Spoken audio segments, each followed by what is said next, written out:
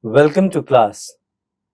Today we are going to talk about significant studies in language variation. As we have been talking about throughout the module about important developments and emergence of sociolinguistics as a discipline and works by various founding fathers of sociolinguistics. But we all know that the variationist tradition, as we refer to this kind of language analysis, linguistic study, was started by William Labov with his Martha Vineyard Island study, followed by New York study, and later on, AAVE, Afro-American Vernacular English Studies, and he set the principles, parameters, approaches, methods, and he started a new mode and a new method of analyzing language, establishing linguistic structures, the relationship between linguistic structures and social structures. And it did not stop with him.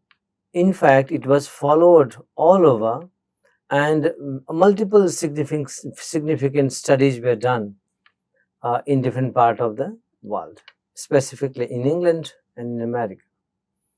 But we're not going to talk about all of these variation studies, but a few of them gave a better understanding with little variation in the method itself.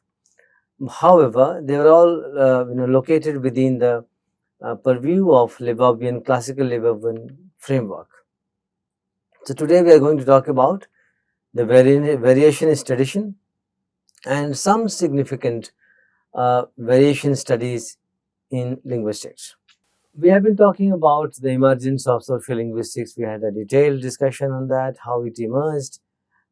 It did not emerge out of blue, and we know that 18th, 19th century had historical linguistics and construction of Proto-Indo-European language as the major thrust.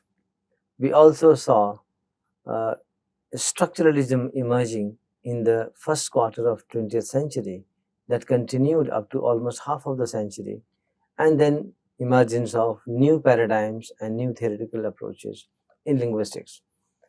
But from philology to dialectology and to sociolinguistics, we have a continuum. So sociolinguistics did not emerge out of blue, but it was extension and expansion of what we call dialectology earlier. If you go by the term dialectology and the technique and methods used in dialectology, it was a study of language in relation to dialects from regional angle. Such studies helped us in making language atlases. It began in 19th century and called dialectal geography or dialect geography, whatever you call it, subdiscipline of a linguistic. However, it did not focus on the social aspect of language. That was the difference. It focused purely on the structural part of it, the use part of it, the variation part of it, and these dialectal variations were recorded. Then we see that 1960s saw a departure in dialectology, where people like Labov, people like Joshua Fishman, people like Charles Ferguson, people like Del Hams, people like Emeka Halliday, people like Basil Bernstein, right?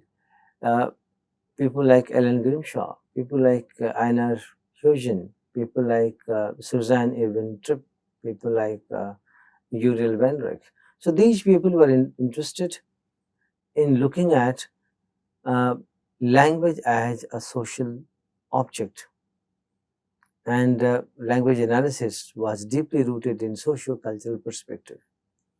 And from there, we have a beginning of a new method in linguistics, and emergence of a new discipline. It starts with study of William Labov and variation studies.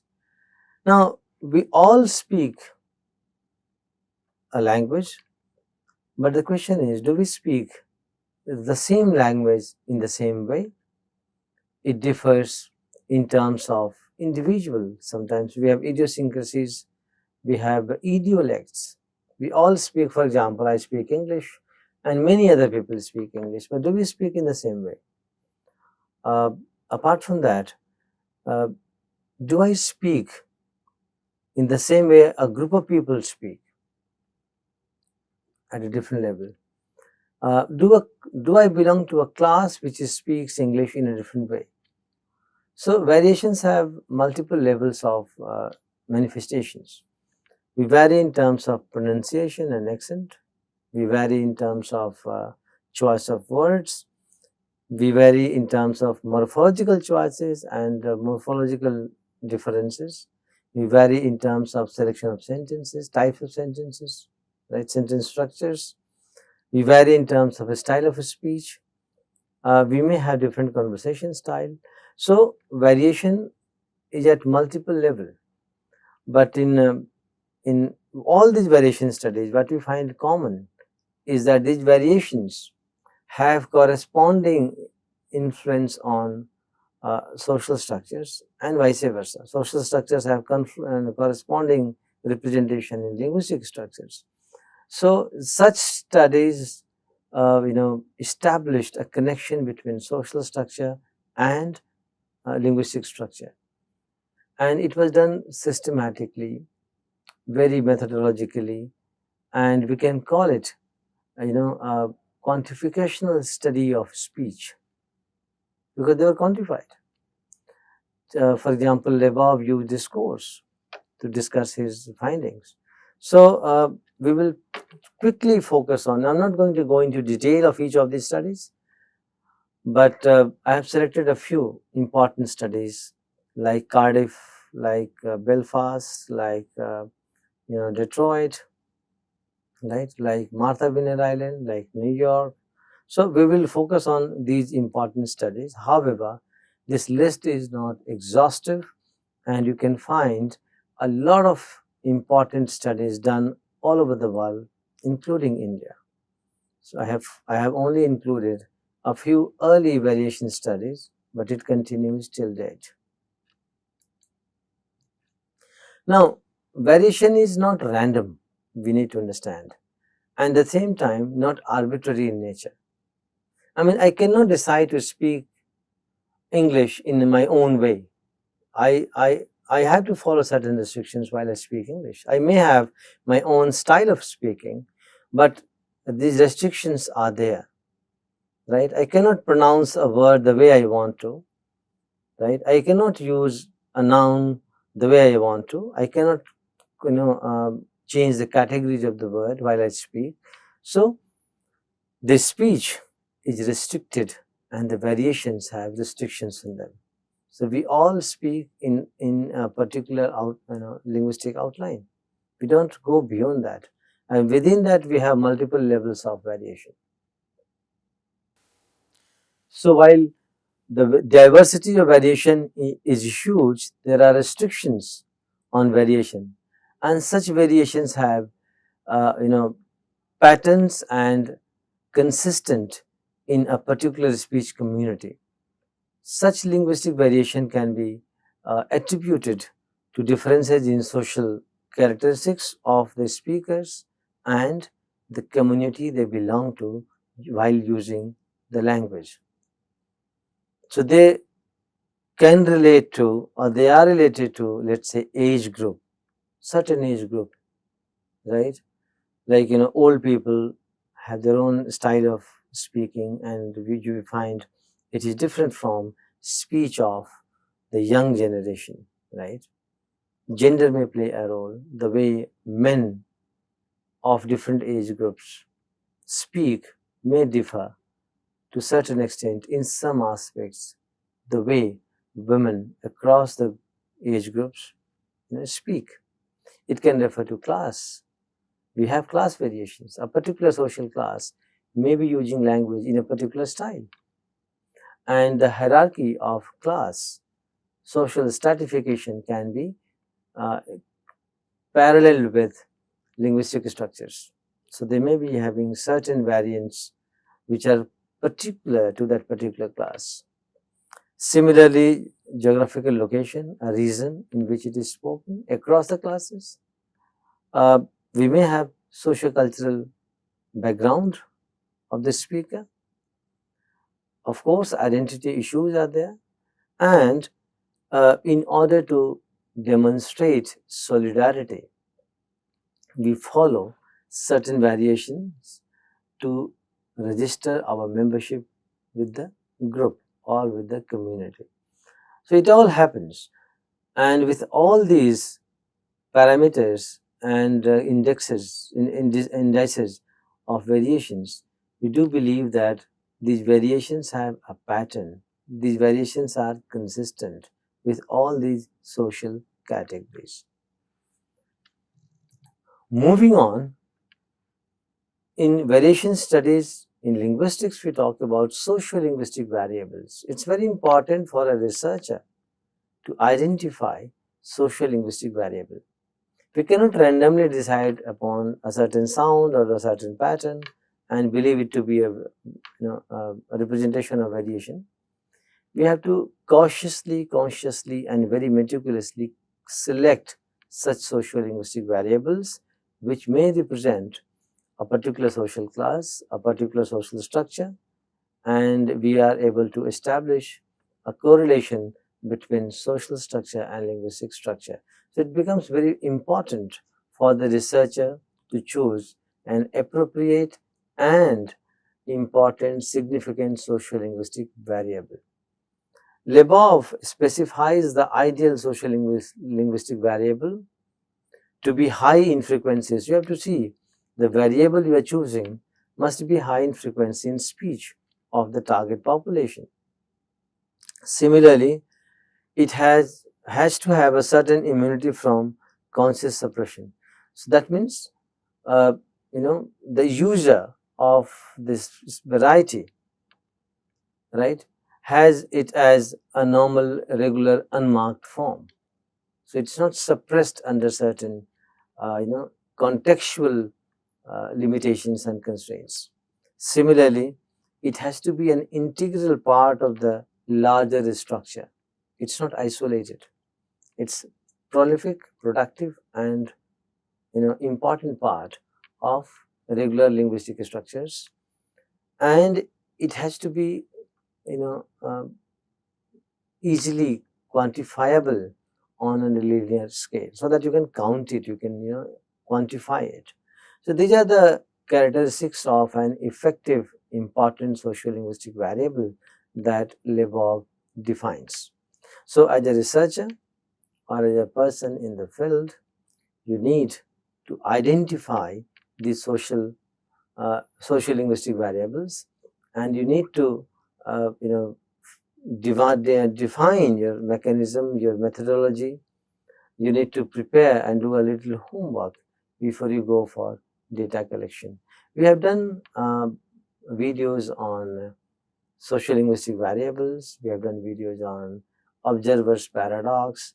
These two things are very important in quantificational study of language, where we are talking about variation in language. And in variationist tradition, Labov himself defined observer's paradox and sociolinguistic variables. We have to keep these constraints in our mind when we go for variable studies. We have already talked about Labov's work. However, it's important to quickly go through the trigger, the study that triggered this new approach in quantificational study of speech, which we call linguistic variation, sociolinguistic variation, and it is also known as variationist tradition.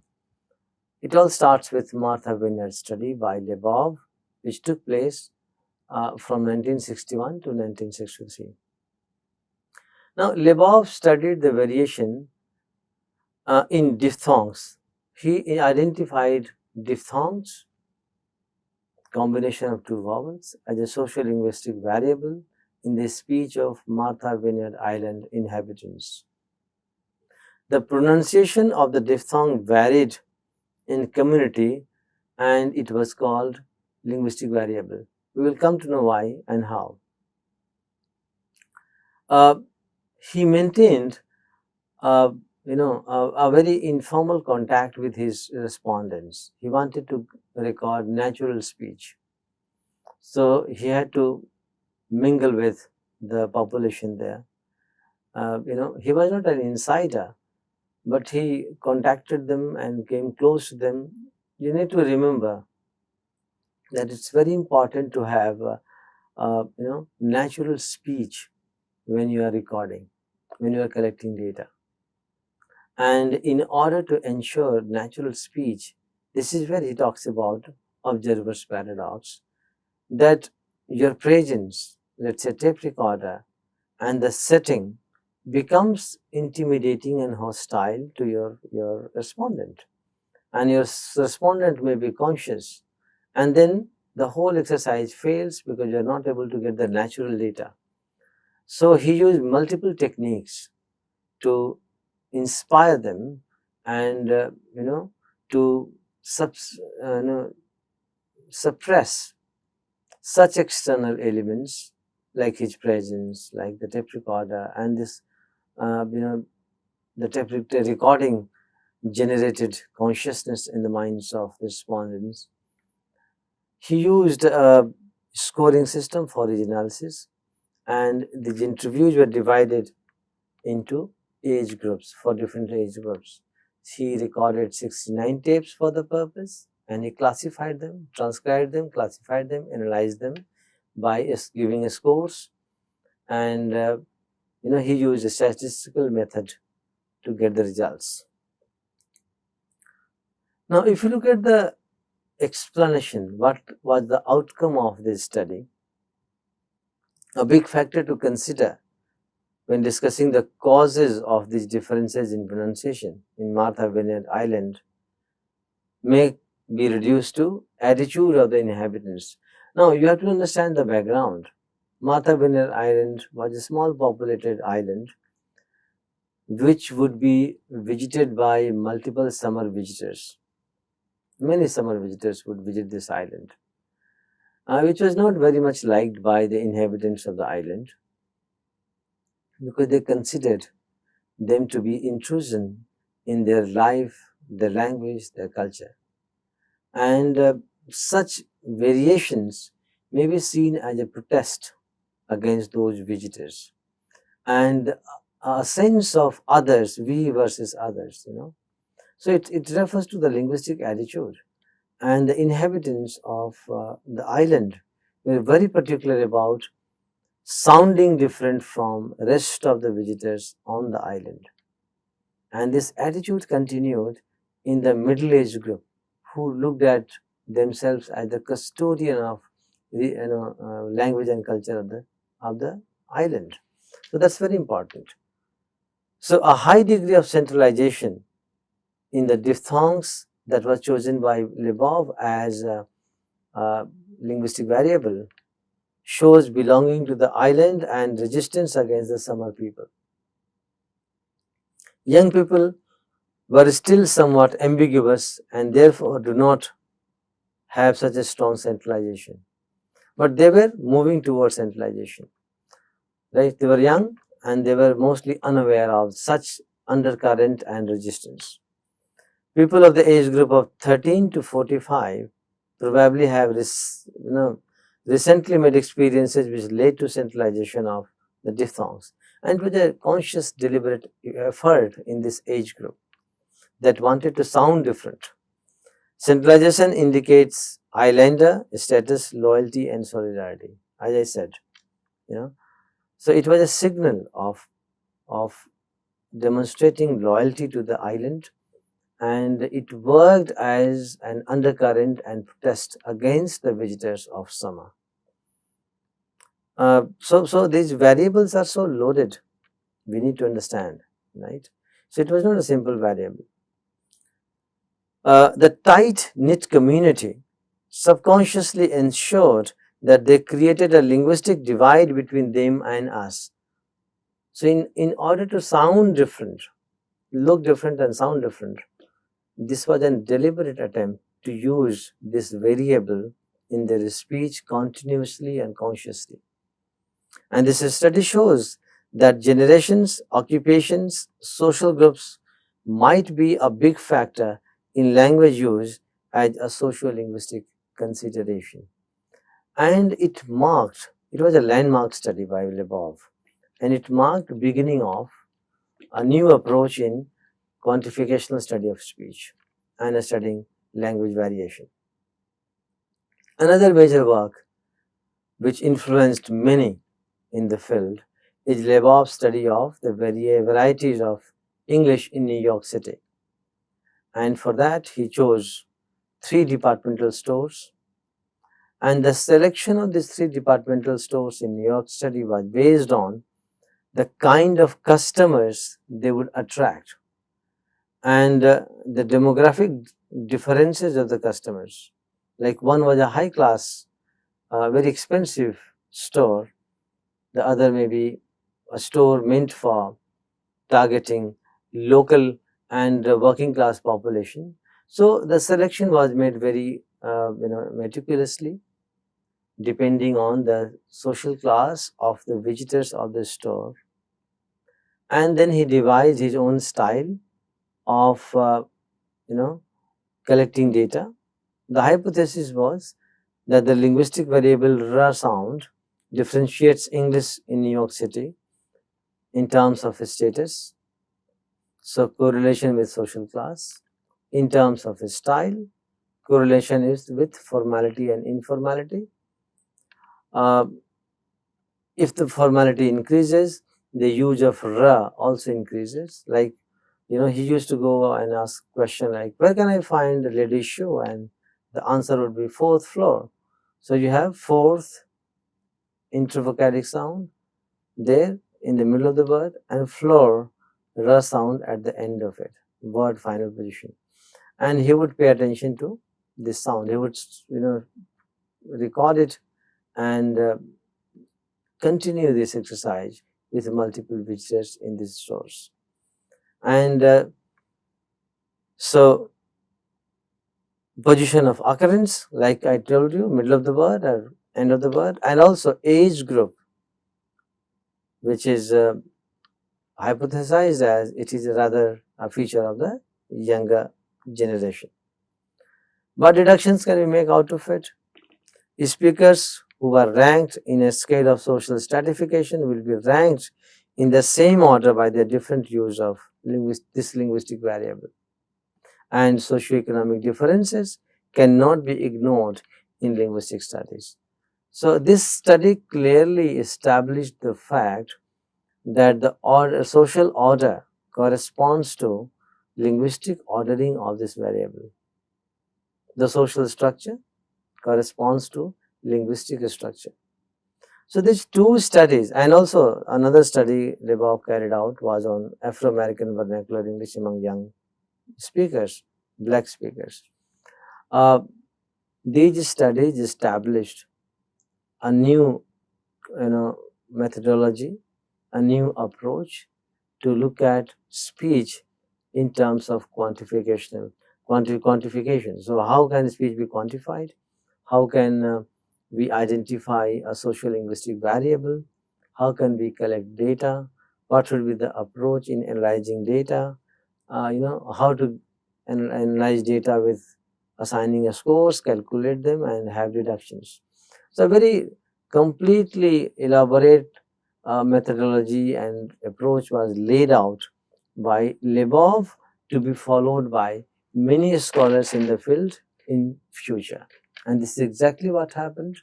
Based on the model that Labov produced, many other studies were replicated in different parts of the world, where Detroit, for example, Belfast, for example, Cardiff, for example, are of a special mention. And we'll quickly look at these studies in a very brief, right? So, Norwich, a very important study done by Peter Trudgil. It was done in Norwich, England in 1974. He used Lebovian method, classical Lebovian method, with his device structured interviews. He was himself from Norwich, a native of Norwich. So it was easy for him, unlike Labov, it was easy for him to be an insider, connect with his respondents and get the inside information. He didn't have to struggle to get the social structure of Norwich because he was from that place and he knew the social structure. And some predictable results he was familiar with. So being insider of Norwich helped him a lot in analyzing his data and coming up with deductions. He was from Norwich, and I told you he spoke Norwich accent himself. So it was very easy for him to connect with the respondent. So he chose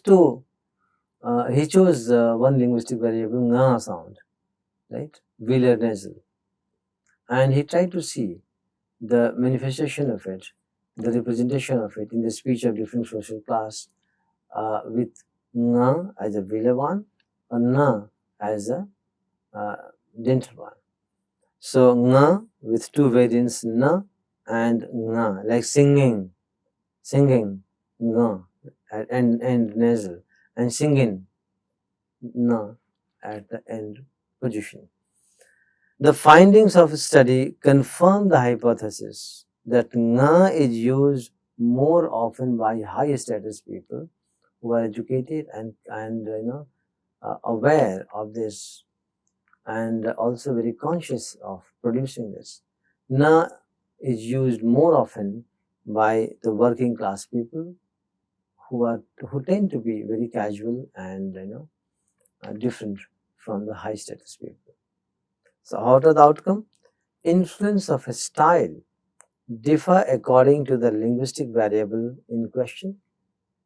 The socio-economic class of the speaker determines the use of this variable, and the particular style difference in question, like casual and formal, also determines occurrence of this variable in the speech of different people.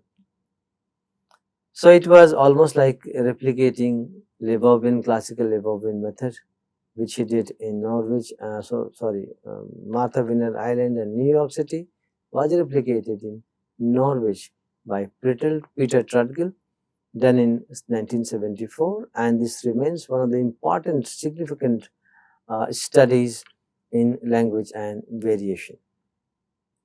Moving on to the next study done by James Milroy and Lesley Milroy in Belfast. So this variation study was conducted by James Milroy and Lesley Milroy in 1980s. Majority of the fieldwork was done by Lesley Milroy, and she was accepted as a friend by the target group. So they maintained the same observer's paradox. They wanted to make sure that they're able to record the normal natural speech. So Lesley Milroy will visit, and she would get another contact with the same friend, and then she would approach the other person as friend of a friend, and this is how she would specifically go to different respondents. And while doing field work, she came very close to the families she was targeting for her studies, and in some families she got access, very informal access. So that was not a problem for her to contact her respondents and get the natural speech. Belfast, she had two types of areas, and one area had high level of unemployment among men, and such unemployment and lack of resources would also create a lot of social malaise and social problems. It was a problematic area. The other area was relatively better, and she conducted her survey in both the areas. Uh, you know, in the one area, some of the men would travel, far away to get the job, and these all figured in her deductions, because in her analysis and deductions, right?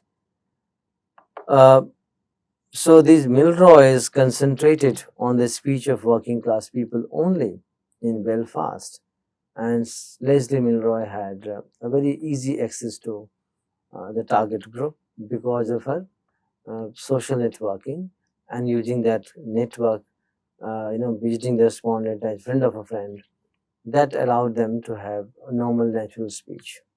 What was the outcome? The outcome was social network of speech and social correlates of variation in speech. So they established correlation between social network of speech and social correlates of variation in the speech of working class of Belfast. So Belfast study, that is very significant milestone study. You can get more about these studies if you refer to the actual report and analysis of Milroy's 1980s. Moving on to another very important and interesting study that was done by Nikolas Coupland in Cardiff, right, the capital of Wales in England. What was the hypothesis? The hypothesis was, do we speak differently to different people? So, do we customize our speech according to the communication partner? Do we accommodate? Right? So, this was also developed as accommodation theory. So, he found an assistant, and he designed his experiment, he designed his research in such a way that he wanted to have a speaker who happens to, talk to different people with different socio-cultural background, socio-economic background, where one speaker remains constant and the other speakers change, to see how he or she interacts and communicates by making linguistic accommodations, social status accommodations, and class of the people. For that, he designed the experiment, and he found Sue, the lady who worked in a travel agency located in the heart of Cardiff, and she was an assistant working there. And because of her job required her to respond to many people from different social class, and a lot of people will visit her every day. She remained common in all such conversations, but other partner kept on changing because people from different backgrounds and social class would visit and talk to her. Coupland placed a microphone in front of the lady Sue, and which was not visible to the people who would visit her. But he got the consent of Sue. She understood the research design and the purpose of study, and she happily agreed. He placed the microphone there in front of her, and he would sit in a corner observing the visitors. They would come, but there was an ethical issue because he wanted the visitors to know that their speech is being recorded, but he would do it after the recording was done. So once the conversation is over and the visitor or the customer goes out, he would approach the customer, apprise the customer about the design, and tell them that if you want, part of the recording can be erased. But thankfully, most of them agreed to continue without erasing any of the part. And he would also talk to the customer in order to get the socio-economic background of the customer and all other demographic details. So this is how meticulously he recorded for days, and he got a sizable, body of recorded tape to transcribe and analyze. So this experiment continued. And in all the tapes, the voice of Sue will remain constant. Sue was the constant character in that all speech event, in those all speech events. And it was interesting to see that Sue would accommodate and try to match the status of the customer. Accommodate the style of the customer, of style of speaking, status of the customer, and she would accommodate and make changes in her communication patterns and speech. So, if you look at the outcome of this study, it verifies the accommodation theory in communication. It verifies the linguistic accommodation, matching a status with your communication partner, and all kinds of social accommodations in speech that Sue made. So that establishes the accommodation theory in communication. Then here in this talk, in this class, last but not the least, Detroit study. This is also a very interesting experiment. If you look at the design, it's very interesting. It was done by Penelope Eckert in early 1980s at a secondary school in suburban Detroit, USA, and she would call it Belton High. The population of the school was almost white population. So students were all from white class people. But it was sharply divided in two groups.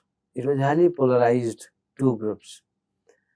Majority of them belonged to either of the group, but some of them also treated themselves as moderators, and they identified with each other group according to their convenience.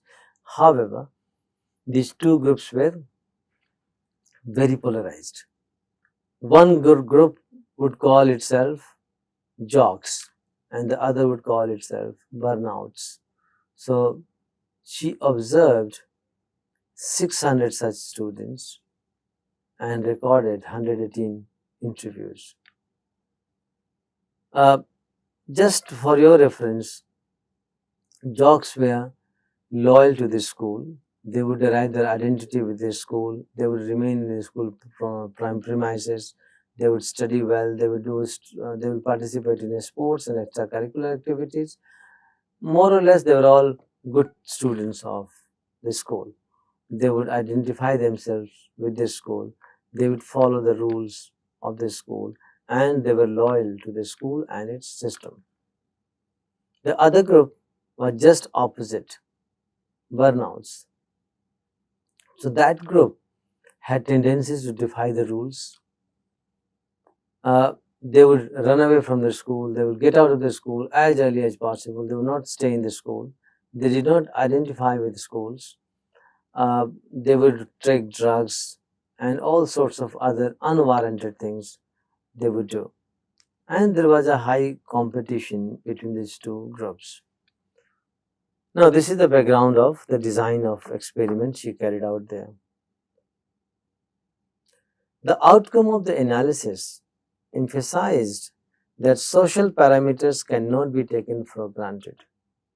Social parameters like age, sex, like social class. Here was a different situation altogether.